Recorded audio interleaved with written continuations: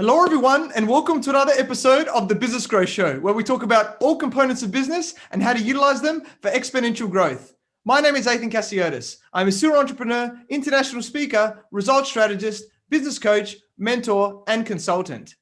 Today, I have an awesome guest. She is an entrepreneur, business and life strategist, international speaker, author, investor, and philanthropist. She has been in business for over 40 years, is a gold medal athlete, and now helps people to speak their truth with love and compassion. Welcome, Heather Joy Bassett, and thank you for being on my show. Absolute pleasure. Thanks for the invite and that energetic welcome. That's fabulous.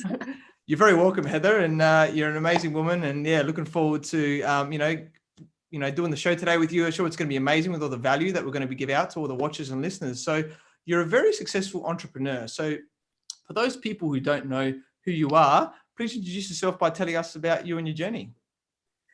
My journey, going back in times, long time, I think I tended for something when I was either 19 or 20. So that was the first time that, I'd had to get my ABN and it was my own thing.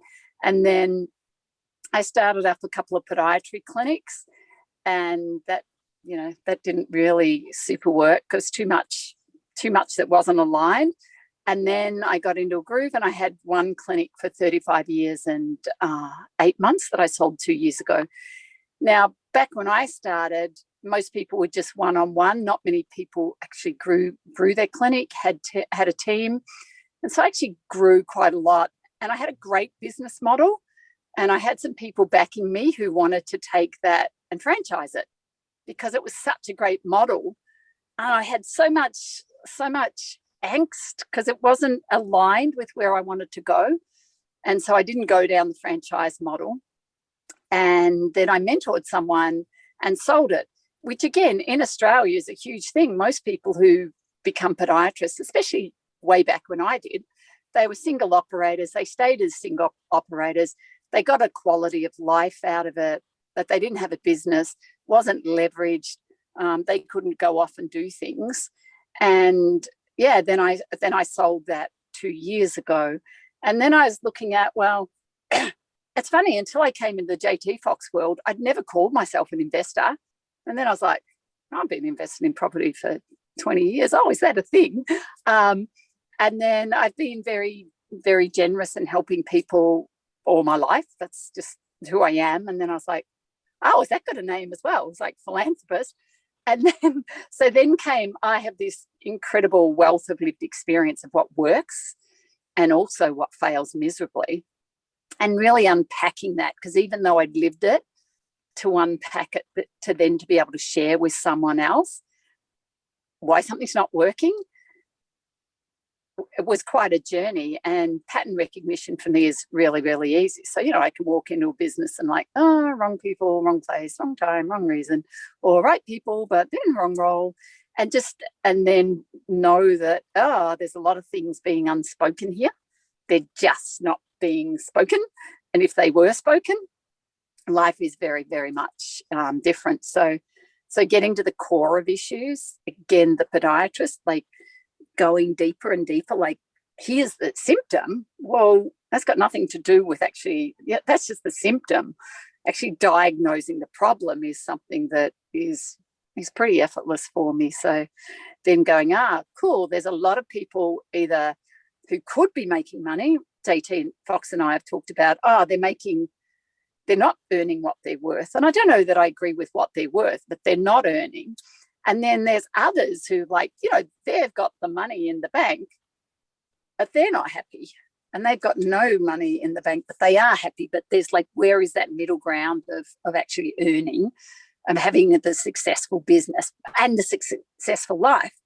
And even talking with Tycoon X, I'm getting coaching with him. And he's like, yeah, well, the business model's working for a lot of people, but they're not the life model. And I'm like, yeah, so how do we align all of that so as we have success in, and what success looks for the individual? Yeah, beautiful. Love that. Awesome to hear your journey, how it all unfolded, from the podiatry world. And congrats for selling your business a couple of years ago. That's great because, to have, somebody buy a business, it means that you've built the business well, right? To be sellable. Because most people don't necessarily build their business to sell, as we all should, right?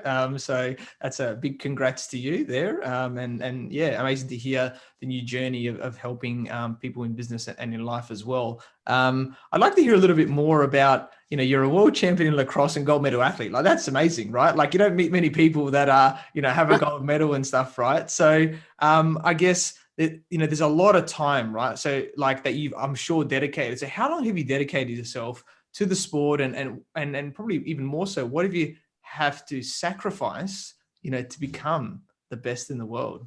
Yeah, it's an interesting thing, because lots of things that I've done in my life, I didn't realize it was even a thing. So one of my coaches a couple of years ago was like, "You're a 1%er." I was like, "What? What are you even talking about?" He's like, 1%. 1% of the world gets to do that, be the world champion. And I was like, oh, yeah. So again, I just live it and do it. When I look back, I'm just designed to be and do in the moment. And when I do that, my life flows effortlessly for me. And again, I remember as a kid, they talk about 10,000 hours for mastery. Well, I would joyously just throw a lacrosse ball at the garage, and it was a tin shed. I lived in the country, fortunately. For people who don't know, it's a solid rubber ball. So it's like those super balls you get as a kid, but it's solid rubber, the size of a cricket ball.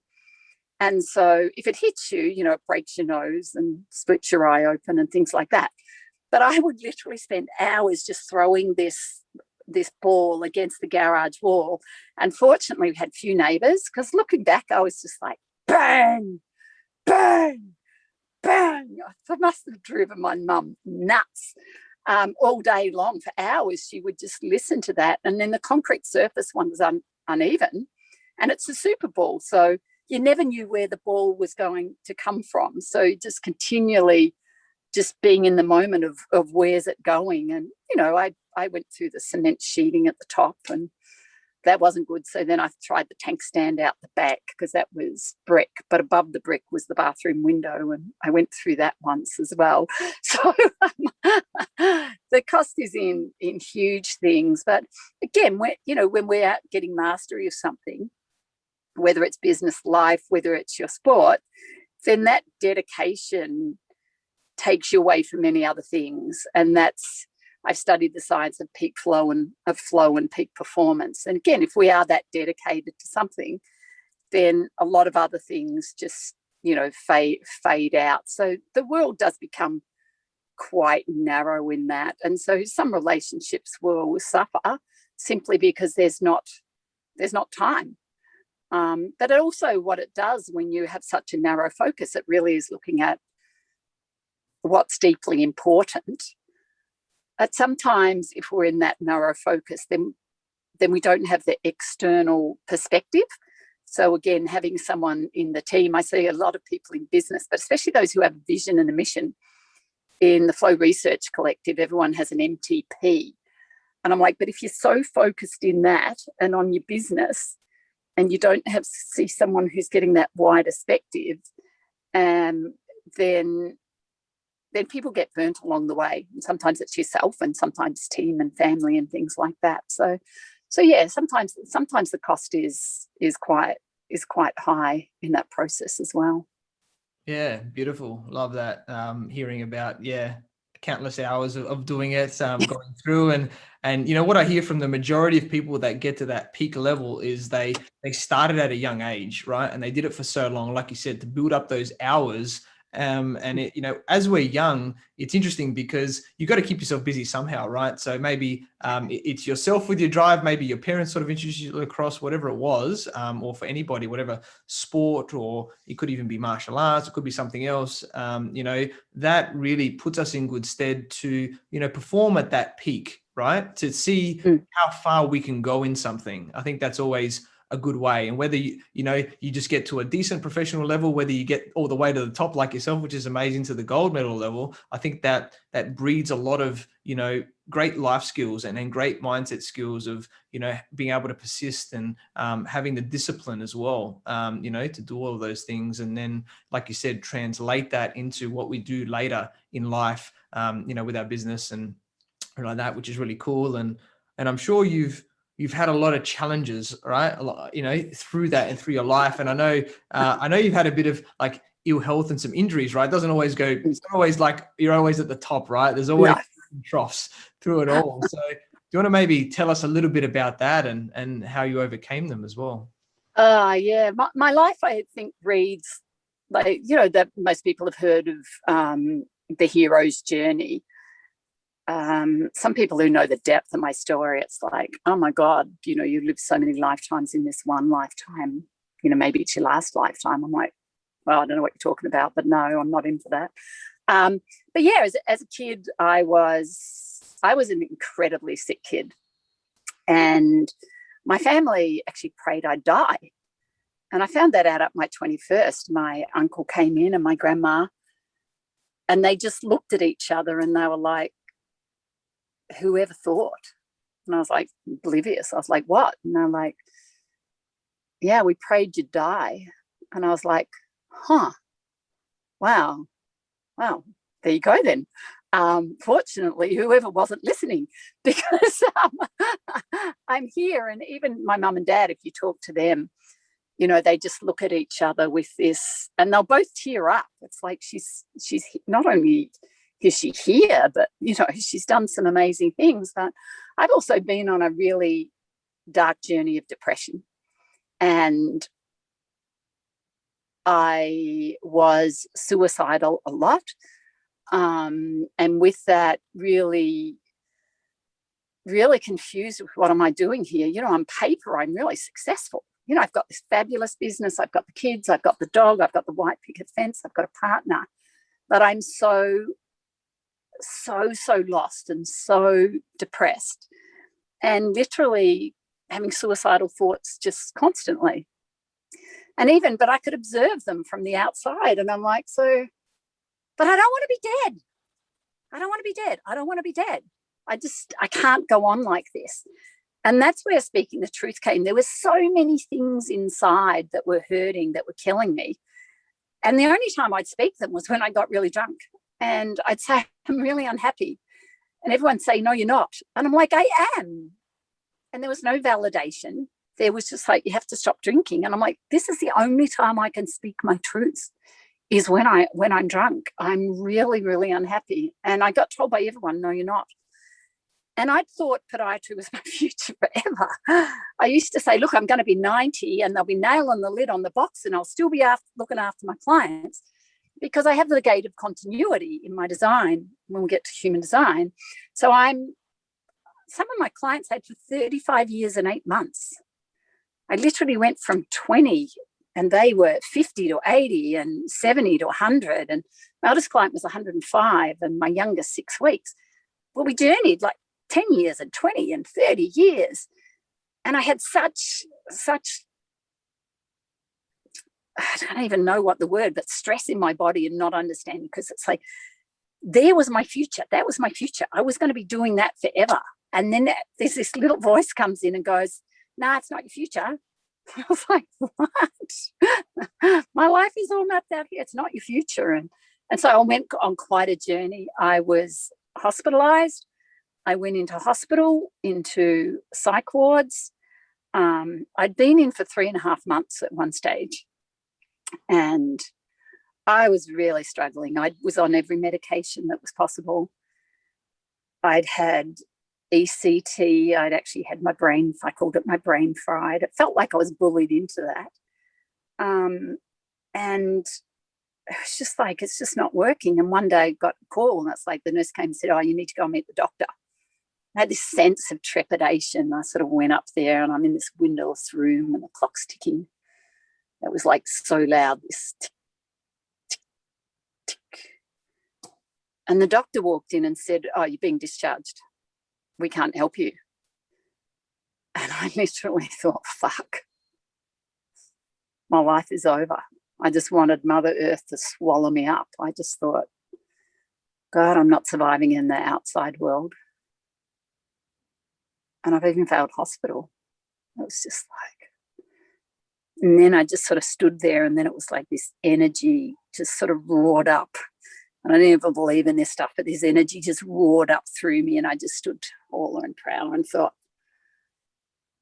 because they said, oh, you can just come back. And I thought, I am never coming back. It just roared through me. I'm never coming back. And I think that was quite a turning point for me. So I lived in this world of science and psychology and psychiatry. And then I started to explore. I explored sexuality, and then I explored spirituality, like just finding where is my truth, where is my home, what is real for me. So, you know, that's just a snippet of those living 1,000 lifetimes in one lifetime. Yeah. Wow. What a story. And thank you for sharing that part of it. And it just shows, you don't know what happens with people behind the scenes sometimes. And, you know, having a chat and just seeing, you know, asking if people are okay and how you can help them. And just amazing to see the woman that you've become, you know, from all of those things, and you've continued to persevere. And you know what, there's something more than me here, which is amazing. So really awesome to hear that. So thank you for sharing. And I think that should give a lot of, you know, that anything's possible with anybody, right? No matter what you're going through, right? If Heather's gone through all of those things, right? People telling her this stuff that, you know, she can't do it, you're not this, you're not that. And coming through that, anyone can do it, right? So always have that belief, right, in yourself, because it's really I think that's so important. And I look at, there were so many things that were made wrong by both me and by loved ones and by coaches. You know, I started investing in my early 20s, and then my next financial advisor said, no, you don't want to have shares or anything like that because it's too complicated. And I sold them. And again, part of my design is I'm here to invest. And I've always invested time, energy, love, dollars into people, but into other things. And so then, but at that stage, I stopped investing, which is what I just naturally did. And then it wasn't till years later I started again. And then that was in the property. But again, the advisors that I had, it was perfect in many ways, but it was an absolute mess. And it caused me so much distress. And so again, I got out of all of those things. And then that recognition, I've always been an investor. But again, that natural instinct, I was told, no, you don't do that. So one of the things that a lot of you will find out there, the things that you're making wrong about yourself is actually your perfection. It's your design. It's what you're meant to be. And for me, that struggle of unhappiness and where is my future was a really big journey, getting everyone else out of my head and coming back to my own truths of what is real for me. So whether you're in that feeling great space or whether you're in that dark space, there is a fly floating around. There is also, it's hang in there no matter what, because you can improve your business, you can improve your life. And part of it does mean, you know, getting the right people around you. And one of my things in the last 5 years was I would say to my mentors and my coaches, I spent over $200,000 going to coaches, and I got to the point I was just like, help me be in my genius. Just help me be in my genius. And they'd go and do this. And I'm like, no, that is not what I do. And they'd say, are you coachable? And I'm like, absolutely, I'm a world champion. You cannot become a world champion in anything if you are not coachable.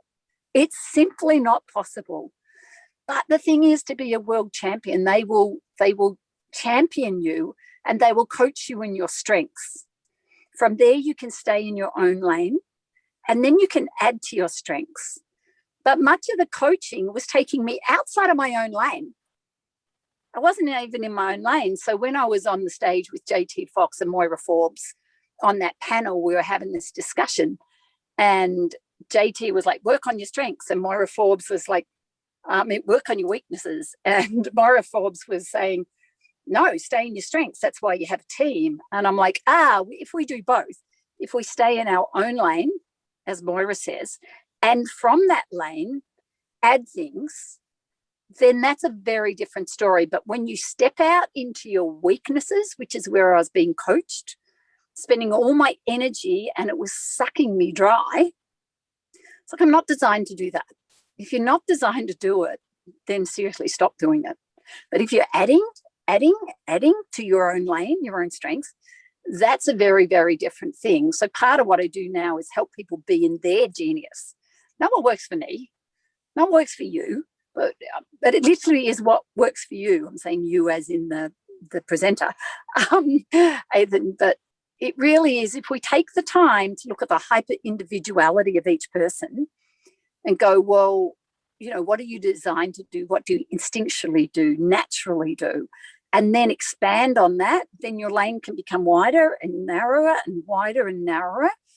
And even Gary Kay talks about that.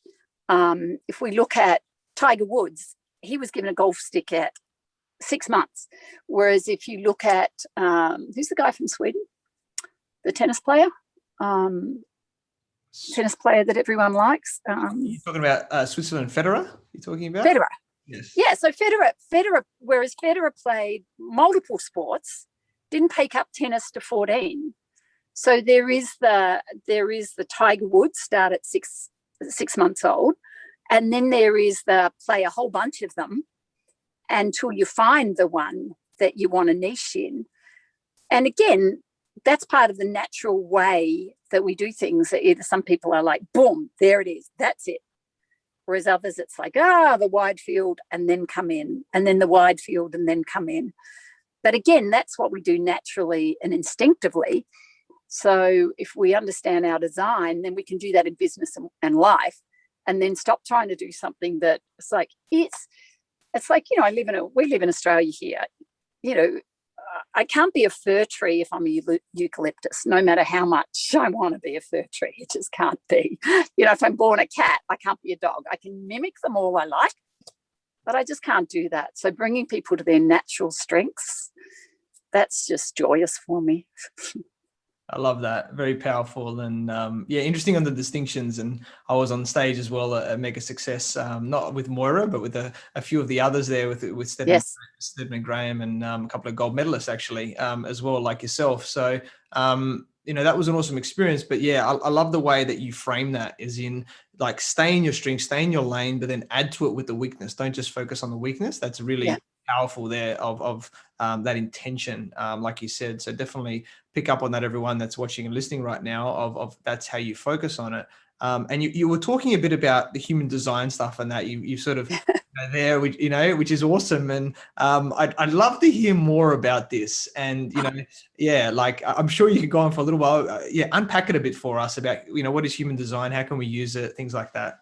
Yeah. So human design was, so again, when I met human design, if we go back a step, I'm the science woman, right? I'm the medical woman. I'm the podiatrist. Give me my double-blind, random controlled studies. But then there was a whole lot of stuff that I was doing and not doing that I'm like, well, you've got to study over there, but that in the real world, that doesn't work. And because I'd had clients for a long time, we got to try many, many things. But so when I went from the science world, then I explored tantra, sexuality, like what was alive in me, what felt alive. And sexuality isn't about having sex. It can be, but it's like, it's that life force, it's that eros that's in us, and there are a lot of people in business and life, there's no life in them. And there's no life in the business because it gets mirrored between them. And then I went into this world of spirituality. I didn't even know what it was, but embodiment and connection, and nothing religious, just spiritual, the deep connections. So then I came across this thing called human design. And at that stage, I'm just surrendering and trusting. It's like, okay, this thing calls to me. And so a guy back in the 80s had a voice download over 8 days and 8 nights, this whole complex system that's got 46 million moving parts in it. And I wanted to know, the background of it. And then I just let that go because I'm like, okay, this thing calls me. It pulls to me. And even though I'd explored from a psychological point of view, a psychiatry point of view, a medication point of view, unpacked so much supposedly of my past, I still felt really stuck. And I'm a futurist. So can you imagine what exploring your past for 30 years does to a futurist? Nothing very good, let me tell you that. And so then this thing that said, you're a manifester. I was like, oh, I don't feel like I'm manifesting too much, but okay. And it said, your job is to inform people. And I was like, oh, okay. And I recognized I hadn't been informing anyone anything. And so in that, I make up 8% of the world. And because we're such a small percentage, we get very conditioned to be not who we are. Told to write lists. I don't write lists. Told to do a bunch of things. And so then I started to find answers. And even though I'd explored wealth dynamics, Enneagram, the 16 personalities, all these other things, I always felt that like there was something else. And again, I kept investigating and exploring. It's like, what am I missing? I know I'm not here to be depressed. I am this joyous, effervescent, quirky person, but so full of life, but yet I'm so far from home. And so this helped me make sense of, in this, the martyr. So the martyr, a lot of people will blame you. The martyr will have a lot of life's experience. Tick, tick, if you want to tick a box. And then the heretic. I would speak about things no one else would speak about. And then people would project back onto me. So it was like all of this. I make decisions in the moment. There's no logic to it. There's no rhyme to it. It's just in the moment. I'm signing a check, $5,000 for that, $15,000 for that. Yeah, I'm going to India. What are you going to India for? Because someone said there was a speaking thing. Yeah, but why are you going? Oh, because I'm going.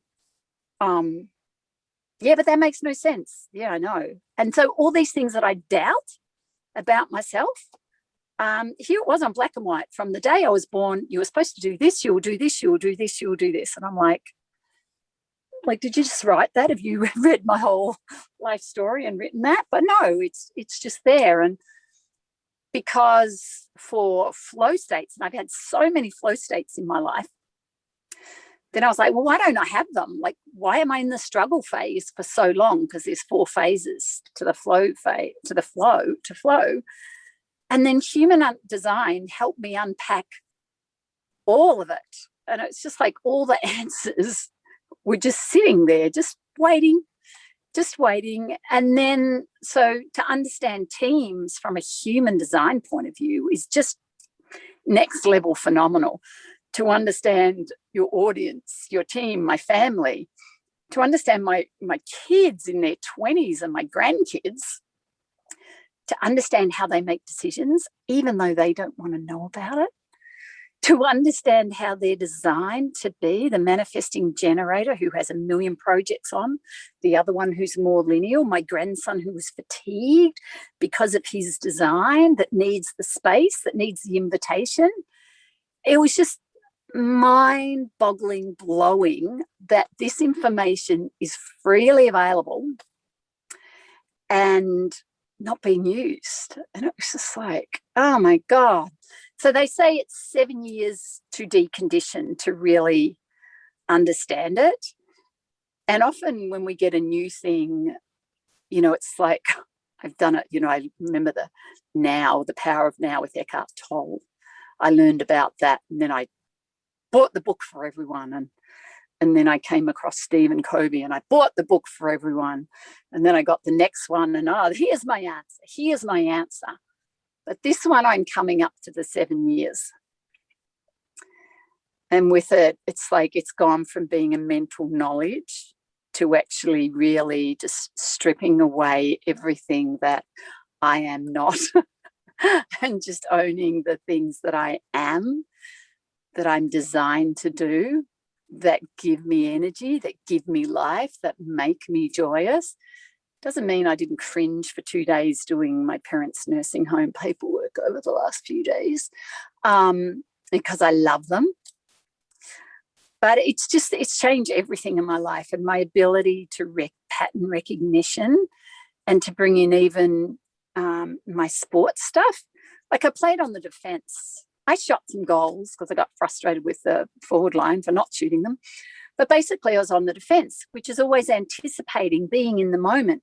You can't plan the defense line because you don't know what the opposition's going to do. So in the defense, it's always reading the play and just being in the moment. And that's what I'm designed to do in business. That's what I'm designed to do in everything. But then people wanted to say, go and follow this schedule. I can't. And I've tried so hard. And that was part of getting sick, part of getting very lost, is trying to be what I'm not designed to be. So the joy that I have speaking to business owners and helping them unpack their life and their business from the human designer point of view, and then let go of all this superfluous BS that worked for Fred and it worked for Betty and it worked for whatever. But yeah, they're a different design, a different energy, a different decision making, totally different. It's never going to work for you. And then the relief, a guy messaged me from Puerto Rico this morning and he's like, just having that one session with you has changed my life. I need you on my team. I know I need you on my team. You bring me a peace and a groundedness.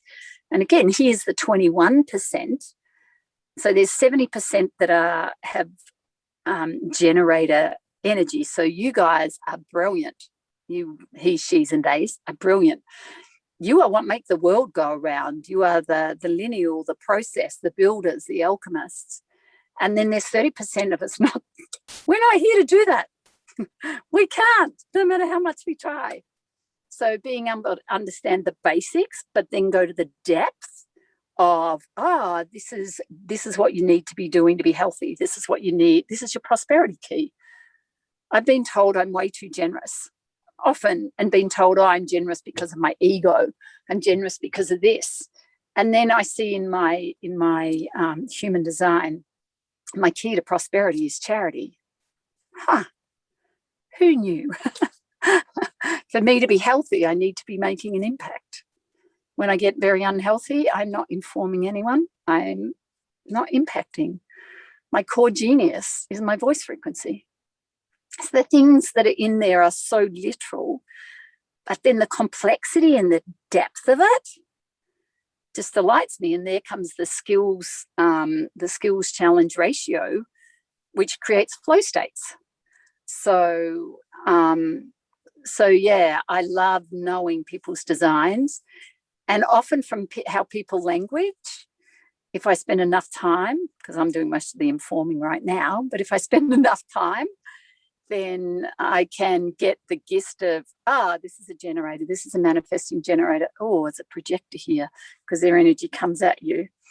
And then it helps me then language to who I'm talking to. And it changes the sales process. It changes the business model, but it just brings you home where you can speak to, this is what I really, really want to be doing. This is what's not working. This is not working. So as a methodology, is the most powerful thing I've come across in my 62.5 years so far. Wow, that was an amazing segment. I hope everybody was writing notes there, and I'll add a couple of points to that. So at the start, you mentioned like sexual transmutation, and just so everybody knows, right, if they're a little bit funny about this, that one of the biggest, if not the most sold and longest business personal development books, Think and Grow Rich, talks about this in one of the chapters, sexual transmutation, right? Where it's powerful for us of how we manifest, right? And things that we do. So, it's not just, a little bit there. This is like one of the most sold books in the world, right? That talks about that. So just to bring your awareness to these things. And you're talking about Tantra, and I've heard about it more recently, and I've been thinking about getting into it more for this reason, right? Because you can channel that sexual transmutation. So That's really powerful. And then, you obviously mentioned about sport and everything. And funny enough, like I didn't go to that level. I played decently professional soccer and tennis as well, and won a lot of championships myself, but I played in defense for soccer. So I can definitely resonate with, that about having to read the game really well. And you can't make mistakes basically, right? Like you make a mistake and they can score a goal, right? Or whatever it is there. Whereas the attackers, they can just miss all day and, doesn't matter for them, right? So you have to really be on your toes and in flow state, right? As a defender, we get it's like a lot of pressure, but it's good because we rise to that in that area. So I love that part of it about what you said there. So can you maybe just quickly just say like, you're talking about this 7-year journey, right, of human design. So your knowledge of this, I can just tell from this little segment that you're like, wow, you're unpacking it and everything like that. If we wanted to start our journey in learning human design, like reading a book or learning from someone or something like that, where's a good place to start, I guess, in that area? Yeah. I should be very strategic and share my link, but hey, literally you can do if you search human design free chart, and then depending on your design, how you will want to explore it. So for some people, like I've gone deep and I've gone fast into it, and I've paid people around the world to try and fast track it, but also to find the answers, because even within that, I knew there was more. And I had a whole bunch of people saying, no, you just need to do this bit. And I'm like, no, there's something else here. And they're like, no, you just need to do this. And I was like, no, I know there's something else here. And then me going deeper and deeper and paying more and going deeper, because so many people only know it at that superficial level. And then that's where they guide you from. And then I listened by chance to a few hours of something. And then Ra, the guy who downloaded it, said, unless you're this design, if you are this design and you learn this, then your life will be transformed within a month. And I was like, I knew it, because I was that one. And my life has transformed, because when we go into deeper, it tells you, and again, they call it an experiment. Like if you don't want to play, don't play with it. That's cool. No one has to. But it's like how to digest food and changing that, and then recognizing all the things from the past. I'm like, of course I have to do that. Of course. It just makes sense at a cellular, at a body, at a life force energy. So it literally is freely available. I've had a lot of people who said, look, I've had a reading, but I don't even know what they were talking about. So there's a huge amount of information. And for me, if I take the time to understand the business person and where they're at, so if we have the really open conversations about where they're at and what they're doing, and then give it the context of, well, this bit needs to change, or this bit, or how does this bit work? And most people, as they have that reading, it's like, it's one of the most liberating, unburdening things of a lifetime, just to be able to recognize yourself and go, yeah, that's me. Yeah, of course. Yeah, that's who I am. And then again, according to the design, if you're one of the 30%, because we don't have sustained energy, then pretty much you want to pay someone. If you're more of the methodical and you regenerate overnight, you're more likely to systematically go through a thing. So depending on the person's design as to how they will explore it. But I have a gift to be able to make sense of it when I'm working with, and I'm mindful of saying the right people, the people who really want to face their fears and step into it, because that's part of what I'm designed to do, is help people face their deepest fears. And I know in one of the communities we're in, it's like, have no fear. And I played with that, and I'm like, fear is actually my motivation, the unknown. And then it's like, and it's like, no fear will stop me, is a very different thing to having no fear. So yeah, this is all freely available. And it is quite a journey to explore it and understand it. Yeah. No, thank you for explaining that more. And, I think like for someone like myself and other people out there, it's good to like, I guess, wet your beak, so to saying, I'm just saying, oh, what is this about? Let me do a little chart. But like you said, to really go into those depths, yes, you could learn it, but it's likely going to take you a long time, a lot of hours, right, to get to that point. Otherwise, you can go to someone like yourself that's been doing it for like 7 years, right? And go, listen, I know how to directly unpack this chart, right? And let's stop doing this, let's do that, whatever it is, so that you can really flow. So shows the power of having coaches and mentors around us, right? Whether it's for design, whether it's for other areas of life and business and things like that, because that's really, what helps us to just get, it's like a shortcut in a good way, because we could work it out, but time is one of the only things that, is not infinite, right? We only have a certain amount of time. Why waste 10 years, doing it? Quicker, right? Yeah. Well, you've definitely, I understand that I had to embody it, but I also understand that how I was taught it in the early days didn't really suit. Well, it's not that it didn't suit me. Again, the people that I chose, because I have to take responsibility, I created that. But again, they were all based on basics. And a lot of it didn't understand my design, how I am very quick with it. So in my design, I have what's called a pure well of wisdom.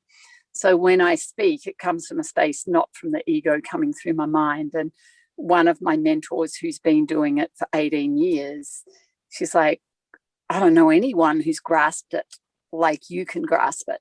Now, there are people that may go deeper into some areas of it, but when it comes to, what I'm doing with it, helping people unpack things, then they get massive results straight away. And again, the more, I play with people who play on the world stage with other other people who want that flow. And one of the fastest ways to have flow states, if you've explored that, is you pay to reduce resistance. So that's what I do. I pay masters. I pay $5,000 for a couple of coaching sessions. I paid $5,000 for one coaching session with a guy here, because I want to fast track, because my knowledge, I can grasp things really quickly. But for someone else, if they need much, if they have a different style, well, then the coaching is adjusted for that. And that's the thing, that people within a lot of the experience that I've had, they still, in a way, are coaching it through their design, because they're not designed to see that big picture and then hone in on, here's the big picture and here's you, based on you and where you're at and your design. And that the future, there's a lot of info and evidence that the future is hyper individuality. Gone is the cookie cutter. It just won't cut it anymore. It is the hyper individuality, and is the uniqueness, and the gates of sexuality is about intimacy. That intimacy, again, is not necessarily having sex. The intimacy of conversation, of just having that conversation of, this isn't working and this needs to change, and what I really want is this, and just creating that space to have that conversation that often people never have. They don't feel safe with anyone to have. Then it's like everything shifts. And then it's like, there you are. Cool. How do you move forward from this? It's like line in the sand. That's who I was till now. And moving forward, how do I become more and more of me, that person that I was born to be, that moment that I took my first breath? Yeah, I love that. Very powerful words there. And, we're talking about coaching, mentoring, and how it helps us, right? And I know you're a mentor and supporter of the Speakers Institute, right? Which is one of the biggest institute here in Australia. I know they do a lot of stuff there, and I'd like to. I think I'm a good speaker, but I know I can be a better speaker, and it's about honing that in there. So obviously, you're doing a lot of speaking yourself, right? Which is amazing. So I guess for people like me or people that are just starting and they want to get their voice out there and be able to speak, in flow, as we like to call it, and get our message and everything out there. What tips can you give us, to become influential speakers, and also, be able to charge for that? I guess it's not just speaking, but it's actually being able to really put it out there and do it on a bigger level as well. Yeah, absolutely. So my speaking journey actually really began, I think, in 1986. I came back, and again, the philanthropist in me, I would go with other elite athletes, and we'd go into small country areas, and I'd donate my time. They all got paid. And we'd introduce country kids these new sports, not just cricket and footy. And I was that country kid who was introduced to lacrosse, this random thing in a country school up in central Victoria. And so one of the big things was we had to speak. And I was like in that frozen spot. One of the biggest fears in life for people is speaking on stage. And I was absolutely frozen. And the guy, Ashley Ross, said to me, so who knows lacrosse in the room better than you? I was like, no one. He's like, who knows you better than anyone? I was like, no one. It's like, cool. To start from there. And that was incredibly powerful. I've studied speaking at the university. I've studied at Speakers Institute. I've done the Eagleton method. I've done embodied speaking as well. So I've done a huge amount of things. And again, it is what suits you. But even within your human design, if you unpack what you're designed to speak through human design, there's not a lot of speaking places doing that. But it's actually in there. Like, there are some people who are supposed to be formalized, and there I'm supposed to speak in the past, present, and about the future in the now. So I cannot prepare a talk for love nor money. I'm not designed to, and neither. It's the same as becoming a world champion. We could do the basic training. So, that's the mastery of the hours and things. But when it came to actually performing, it's like I can't sit there and do 600 hours to do a keynote. And I made that very wrong, beat myself up. So the thing is, when you understand your design, and again, if people want to explore, those varying groups, just send me a message on Facebook and I can link you to them. But again, if you know your design and you know what you're here to talk about, and that's deeply, and you're owning that, then you can pick and choose from what the coaches are telling you, what the mentors are telling you, that work for your genius, that help you be the most authentically influential presenter and leader. And someone that I've been mentoring, that's her thing is, and really nailing it in the last couple of days, is authentic influence. Because there are a lot of people speaking on stage and the words are saying one thing, but the energy as they walk onto the stage is saying a totally different thing. And the energy that comes out of their mouth, there's an incongruency there. So when we are so aligned with our message, there's a truth that just energetically comes out there. And it's because connection is one of my highest strengths. When I hear people say something, but I know it's not authentic, it's not real, it's not their deeper truth, even if they don't know it, then my body is just like cringing. It's just like, ugh. And I just know they're far from home.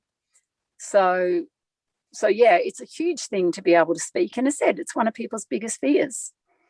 Yeah. So yeah, but Love that.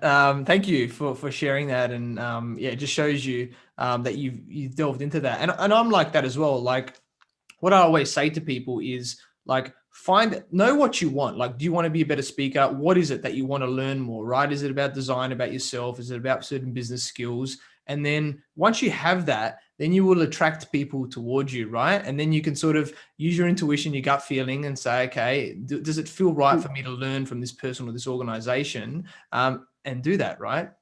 Yeah, I need to so already, just from you languaging that, already I'm like, okay.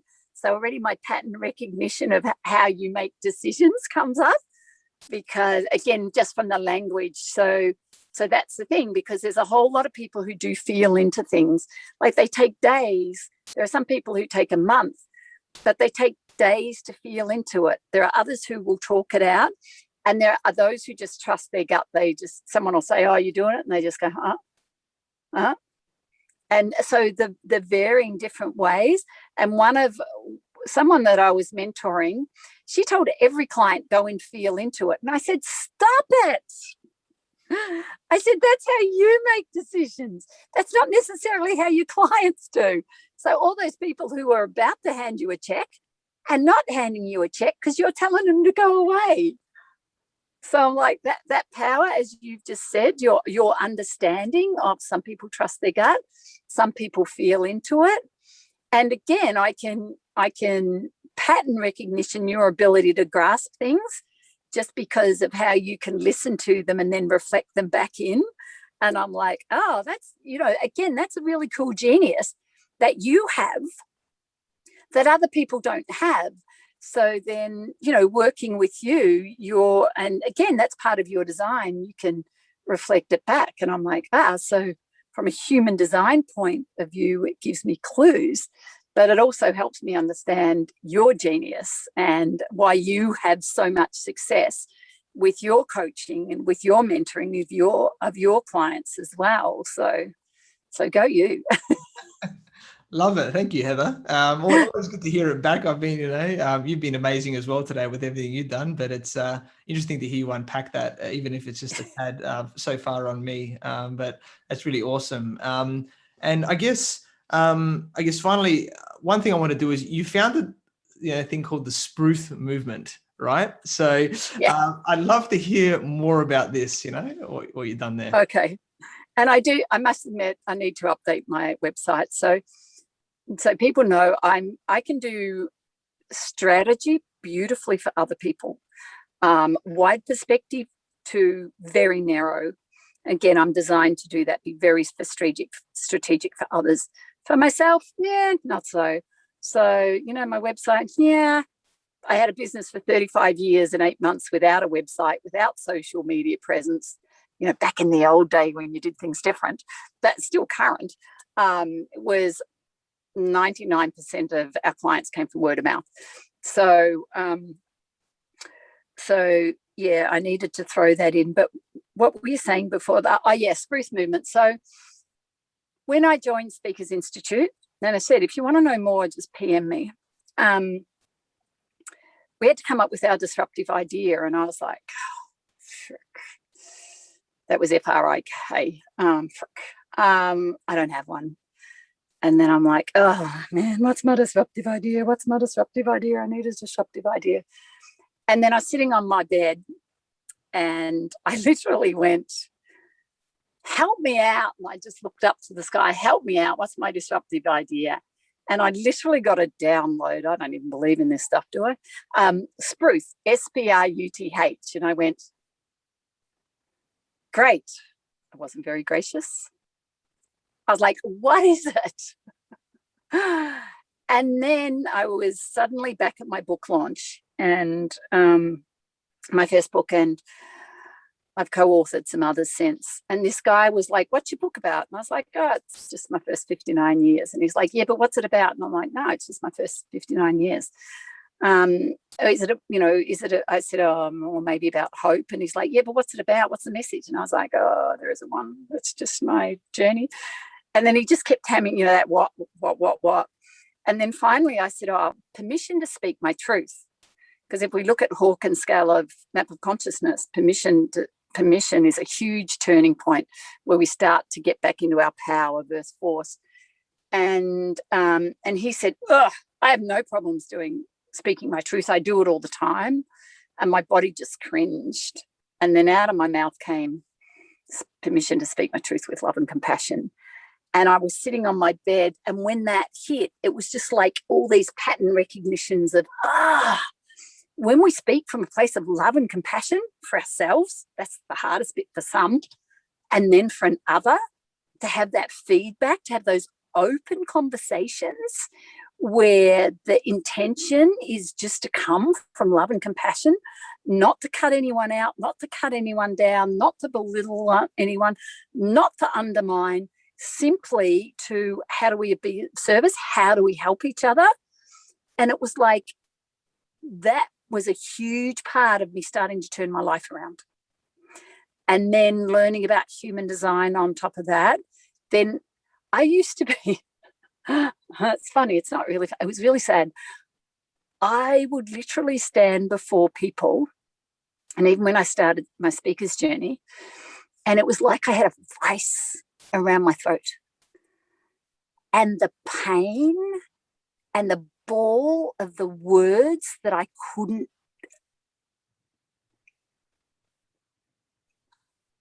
I would just stand there, this successful, apparently together, having it all person who could not speak.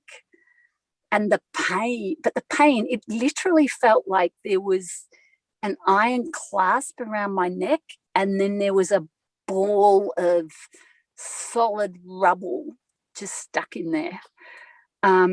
So when people say, hey, you speak so freely and so openly, it's been a journey, and SPRUTH is part of that journey. And so for anyone that I'm coaching, and I have the luxury of, I don't have to coach people. I don't have to. And I only work with people that energetically it aligns and we feel alive and we have that connection. And so in that psychological safety that is created, when we create that, there is no conversation that cannot be had. And then when we do that, it's just like all that baggage that you've been carrying, decades worth and sometimes generations worth. It's just gone. Pretty cool. So that's SPRUTH. I love that. It's very, very powerful. And, amazing to look at it from that lens. And what I like to say to a lot of people is, whether you think about it as intuition or it's gut feeling, it's very similar, right? It's just different ways of saying it, is that we all have these abilities, and it's like that little, whether it's that little voice in your head, right? That something pops up, right? When you're in certain moments, or sometimes it could just be a feeling, right? You could get a feeling and it could be like, this feels right, or this doesn't feel right, right? In those moments. So, working out what that is in the intuition sense, right? And then also being able to be authentic, right? To be you, because it doesn't feel nice, to just reiterate things and just say stuff because maybe you've heard it from someone else, but you haven't actually embodied that and you're not living that, right? So it comes from a very different space when you do that. And people feel that, right? Like you said, what's that energetic thing, connection with somebody, right? People can feel that, like whether it's walking into a room, whether it's over a Zoom even, or whatever like that, right? It's, you can feel that. It's very powerful. So making sure that you do that. So Heather, to wrap it all up a little bit, like what else would you like to say? What one key piece of advice or whatever would you like to do for everybody watching, listening today? If you want to reach out, I'm unconventional, it's pretty obvious. Just send me a message via Facebook. Bypass needing to be friends, bypass trying to connect on LinkedIn. If you seriously want to connect and invest in yourself, then just send me a Facebook message, because it'll just go into spam and I look at that. But literally the most powerful thing check out your human design if it calls you. Now that if it's come into your world several times, then now is the time. If it's just come into your world, it will come back in and come back in. And again, there are certain people who will never look at it. That's cool. If it's not your thing, don't spend any energy there. And then apart from that, I'd say, get someone who gets you. Get someone on your team who gets you, who understands you, who reminds you who you are at your core, at your genius, at your strengths, and who has your back, who's going to kick your ass if that's what's needed, who's going to give you a hand and pull you up, who's going to walk beside you. Hey, whatever it is, we all need somebody like that. And in wealth dynamics, I'm a supporter. And I see creators around the world and they don't have a supporter in your life. And we need one. We need that raving fan to have our back. And beyond that, may the spruth be with you. I love that. Very powerful words. So we connected through our networks, but I learned about your amazing journey from being a world champion in lacrosse and gold medal athlete to helping podiatry clients for over 35 years to now, transforming businesses and the lives of people, which is amazing. What you've told us about your story today, and I'm sure it could even go into more detail. You're a very strong-willed, woman, which, ensures that, you succeed basically at everything you do, right? Because there's always that, which is amazing. I'm sure you continue to help many more people to transform from around the world. So I'm very grateful that we connected, Heather, and I look forward to working with you in the future as well. Thank you so much for your time today. I'm sure many people have greatly benefited from your wisdom, and definitely everyone, guys, like Heather just told you, find her on Facebook. It's Heather Joy Bassett. The name will be on here on the show as well, right? So, connect with her, send her a message, get curious, right? If this is, about human design and things like that, piquing your curiosity, it's always the best ways. Have a conversation with someone. You never know where it's going to lead, and everything like that, and work it out from there. So amazing stuff. Love it. So thank you everyone for watching, listening to this show where we talk about everything on business growth. Please like, subscribe, and leave us a 5-star review. You can find me on Facebook, LinkedIn, Instagram, and YouTube as Athin Cassiotis, or visit my website, athincassiotis.com. I completely agree with you, or do I? The only way we know is if you tune in next time. So until next time, remember that our business grows when we learn skills and take action using them in spite of fear. Have a great day.